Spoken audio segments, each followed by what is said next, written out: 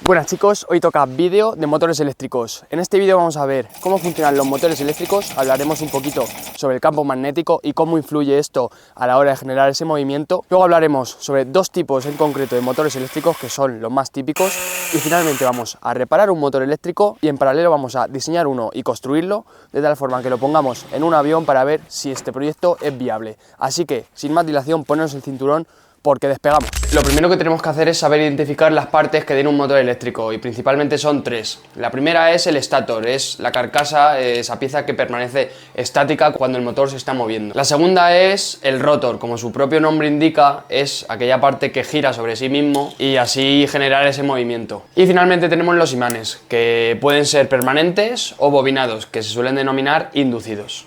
Pero antes de abrir el melón, vamos a entender el siguiente concepto que es campo magnético haciéndonos la siguiente pregunta. ¿Qué pasa cuando le hacemos pasar por un cable una corriente eléctrica? Y cómo, gracias a esto, vamos a conseguir hacer un motor eléctrico. Pero para eso vamos a hacer el siguiente experimento que va a estar súper interesante. Para hacer este experimento lo que hemos cogido es una brújula normal, una batería de unos 12 voltios a 3,3 amperios. Esta batería la hemos conectado a este regulador, lo cual lleva unas protecciones por si acaso hay subidas de tensión o cortocircuitos para que no dañar la batería ni que salga nada ardiendo. Entonces la idea es hacer pasar una corriente por este cable, es decir, generando un cortocircuito de tal forma que, siendo el polo positivo el borne de la derecha, va a pasar la corriente hacia el borne negativo, de tal forma que la brújula se va a tener que mover en sentido antihorario. 3, 2, 1, ahí está. ¿Y qué pasaría si le cambiamos la polaridad? Es decir, lo ponemos para que cambie el sentido de la electricidad, de la corriente eléctrica. Pues se debería de mover en sentido contrario. Ahí está. Ahí está. Además, nos hemos fijado que si hemos cambiado la polaridad del cable, al final el campo magnético también se cambia. Por lo tanto, la brújula giraba en sentido contrario. Y esto es clave para entender el concepto principal que tienen los motores de corriente continua. ¿Qué pasaría si en lugar de coger solo un cable para pasar la corriente eléctrica, lo pasamos sobre un bobinado, que sería la unión de muchos cables, de tal forma que en una única dirección habría un montón de cables por la que la corriente eléctrica estaría pasando? Esto lo que hace es generar una fuerza mucho mayor, de tal forma que aumentamos en gran medida ese campo electromagnético. Pues ese bobinado tiene el nombre de electroimán. Y para entender esto vamos a hacer un motor con este principio, y es el motor de solenoide. Este motor lo hemos hecho impreso en 3D, así que os dejo las piezas abajo en la descripción por si lo queréis montar vosotros. Se ensambla simplemente con pegamento y encajando todas las partes, es súper sencillo de ensamblar.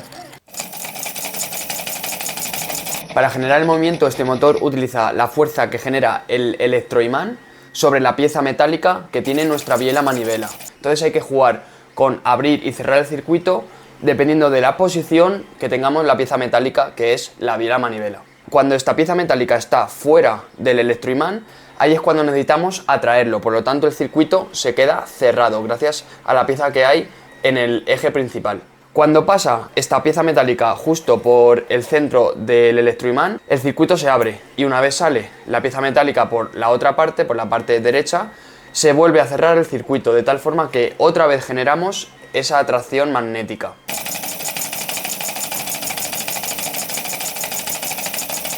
Este motor tiene un problema y es que solo genera potencia cuando hay atracción con el electroimán. En la etapa donde el circuito está abierto solo se mueve por la propia inercia, entonces aquí estaríamos perdiendo eficiencia. Para mejorar esto podemos poner imanes permanentes que nos garanticen un potencial constante y cambiando la polaridad del electroimán mediante escobillas. Esto lo pondríamos en una estructura cilíndrica de tal forma que así tendríamos un motor de corriente continua. Para verlo de mejor manera hemos cogido un motorcito de estos de juguete, lo hemos desmontado y lo hemos puesto en una carcasa abierta para que se vea con mayor facilidad el movimiento que tienen las escobillas. Para ello hemos impreso la carcasa en 3D y le hemos puesto los imanes a los lados. En este caso tenemos 3 escobillas y por lo tanto 3 bobinados. Pues bien, cada una de las escobillas está conectado a 2 bobinados para que en todo momento siempre haya un bobinado atrayendo al imán y así podemos generar ese movimiento constante.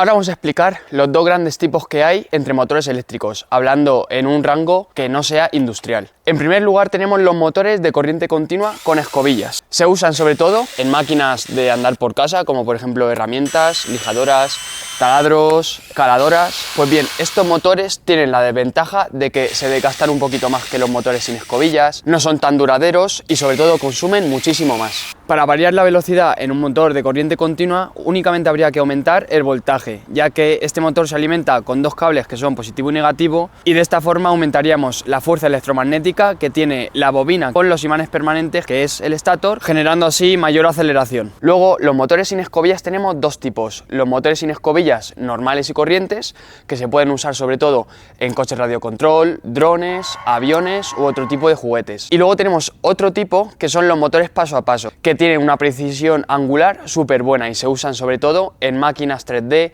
CNCs o cualquier otra aplicación que requiera esa precisión angular. Pues bien, los motores sin escobillas normales, como por ejemplo los de los drones, tienen la peculiaridad de que son muy eficientes y sobre todo no se desgastan apenas, ya que no hay ningún mecanismo que esté rozando entre sí excepto los rodamientos. Pero tienen una desventaja: necesitan un controlador, porque si le metemos toda la tensión y toda la corriente a la vez, el motor no sabe a qué revoluciones girar. Ese regulador se llama ESC y es un variador de velocidad. Un motor brushless se alimenta con tres cables porque son motores trifásicos que funcionan con corriente alterna. Por lo tanto, aquí entra en juego el ESC, que se encarga de transformar esa corriente continua que nos proporciona la batería en corriente trifásica alterna, desfasada 120 grados. Ahora bien, si variamos esa frecuencia que nos proporciona el ESC, podremos cambiar la velocidad o las revoluciones por minuto de nuestro motor, y se rige por la siguiente fórmula, que es 60 por la frecuencia y todo eso dividido entre los pares de polos, siendo la frecuencia la velocidad con la que cambiamos de polaridad ese voltaje, y los pares de polos son el número de imanes permanentes dividido por 2, porque estamos hablando de pares. En nuestro caso, como estamos usando motores de 14 imanes, tendríamos 7 pares de polos, de tal forma que si aumentamos esa frecuencia, como está en el numerador, aumentaríamos así las revoluciones por minuto del motor. Pero claro, usar esta fórmula para motores brushless no es del todo común, porque lo usamos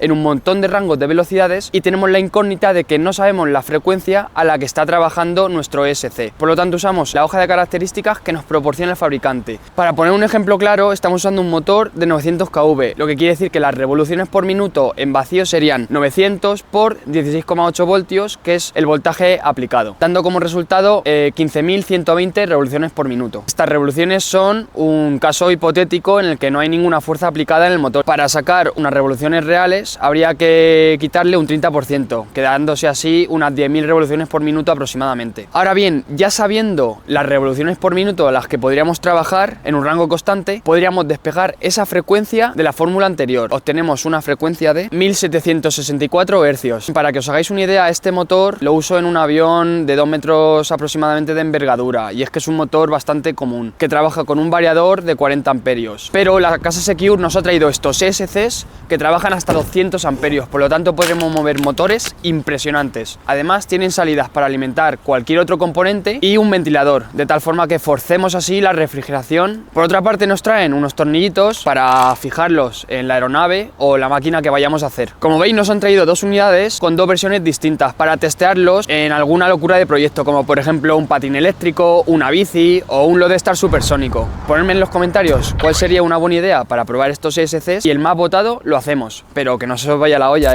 El bobinado de este motor se quemó, así que lo que hay que hacer es separar el rotor del estator. Posteriormente, con unos alicates y mucho cuidado, vamos a ir quitando poco a poco todo el bobinado que tiene el estator. Hay que considerar que lo montan con un poquito de pegamento, por lo tanto nos tendremos que ayudar de algún objeto punzante o algún destornillador para ir sacándolo poco a poco. Finalmente, para evitar que se estropee nuestro nuevo bobinado, vamos a ir protegiendo todos los bordes afilados con un poquito de epoxi, que es un pegamento. Como estamos usando un motor de 12 brazos y 14 polos, la forma de bobinarlo es siguiendo el siguiente esquema. Teniendo en cuenta que usamos 3 fases, donde las mayúsculas son vueltas en sentido horario y las minúsculas son vueltas en sentido antihorario. Con un permanente marcamos la fase A mayúscula para no perdernos, y así vamos a ir bobinando poco a poco el estator siguiendo el esquema propuesto. Una vez terminado el bobinado, vamos a comprobar que no haya derivaciones entre las fases y tampoco entre el estator. Esto lo podemos hacer midiendo con un polímetro la continuidad entre las fases y sobre todo entre fase y estator.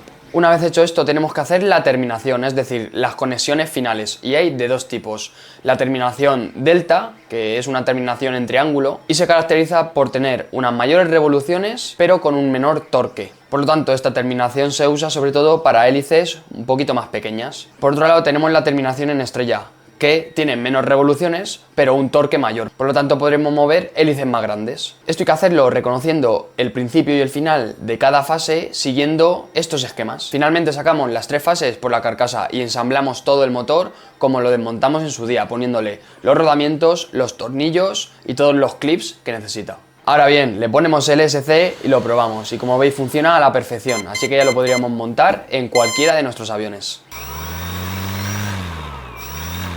Pero antes vamos a ver qué especificaciones hemos conseguido con este nuevo motor arreglado. Para ello vamos a coger la siguiente fórmula, que es el número de kVs multiplicado por el voltaje nominal, que es el voltaje aplicado. Eso es igual a las revoluciones por minuto a la que gira nuestro motor. Como tenemos un tacómetro para medir las revoluciones por minuto y un batímetro, vamos a hacer 2 ensayos. El primer ensayo lo hemos alimentado a 11,59 voltios y nos da unas revoluciones por minuto de aproximadamente unas 2900. De tal forma que, despejando de la fórmula que os he dicho anteriormente, obtenemos un número de kVs de aproximadamente 253. En el segundo ensayo lo alimentamos a 15,7 voltios y obtenemos unas revoluciones por minuto de 4139. De tal forma que, despejando el número de kVs como lo hemos hecho antes, obtenemos un número de 263 kVs. Como veis, ambos datos son bastante próximos, así que para obtener el valor más cercano o más exacto vamos a hacer la media entre los dos, quedándonos con un valor aproximado de 260 kVs. En comparación con las especificaciones que teníamos en el motor de serie, teníamos 1100 kVs y ahora tenemos 260, por lo tanto la velocidad punta la hemos disminuido por 4 veces, pero hemos aumentado su par, por lo tanto tendremos más torque y podremos mover hélices más grandes pero a una velocidad muchísimo menor. Esto se debe sobre todo a la conexión final que hemos hecho, pero tiene muchísimo más peso la calidad del cobre esmaltado y el sistema de bobinado, ya que lo hemos hecho de forma manual. Y es que hoy en día las máquinas industriales bobinan perfectamente alineado y compacto todos los motores y es inviable compararlo con un sistema manual. Para el modelado del motor entramos en Inventor y empezamos a diseñar el stator desde cero, con las mismas dimensiones del motor arreglado que hemos hecho anteriormente. Para ello consideramos todos los huecos y todas las tolerancias, tanto de los tornillos como de los rodamientos, además de tener en cuenta el agujero que lleva el eje, que es de 4 milímetros. De la misma forma hicimos los brazos del stator y del rotor. Para verlo de mejor manera ajustamos todas las restricciones para ver que todo encajara entre sí y el motor pudiera funcionar de verdad. Una vez diseñado nos ponemos a imprimirlo y al ser tan poquitas piezas y un tamaño muy pequeño no tardó más de 3 horas en imprimirse las 3 piezas que necesitábamos. Os dejo por aquí abajo los archivos por si vosotros queréis montarlo también. Para empezar a ensamblarlo cogimos los rodamientos de otro motor que estaba estropeado y los reutilizamos, ya que usan rodamientos estandarizados y normalizados, que en este caso es de la serie 684ZZ, y con unos golpecitos entran perfectamente. Para poder anclar el motor a la aeronave hemos usado unos insertos métrica 3 en el stator, así que con un poquito de calor y aplicando el soldador en el punto adecuado, los insertos entran y se quedan perfectamente insertados. A continuación bobinamos todos los brazos del stator con alambre esmaltado de 0,3 milímetros, aunque vosotros podéis coger un calibre mayor de hasta 0,5 milímetros. Utilizamos la conexión estrella, que es la misma conexión que hemos usado en el motor que hemos arreglado. Finalmente cogemos los imanes permanentes, que en este caso son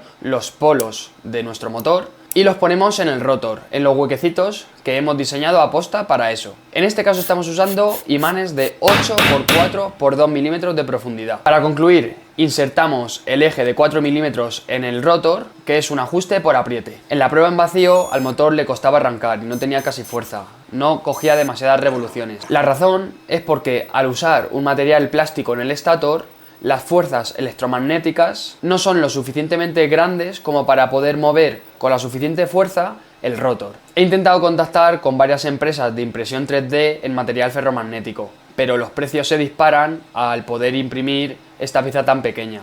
Así que para hacer la prueba real en una aeronave vamos a hacer una mezcla, un motor híbrido entre el stator que hemos arreglado antes y el rotor que acabamos de diseñar ahora mismo.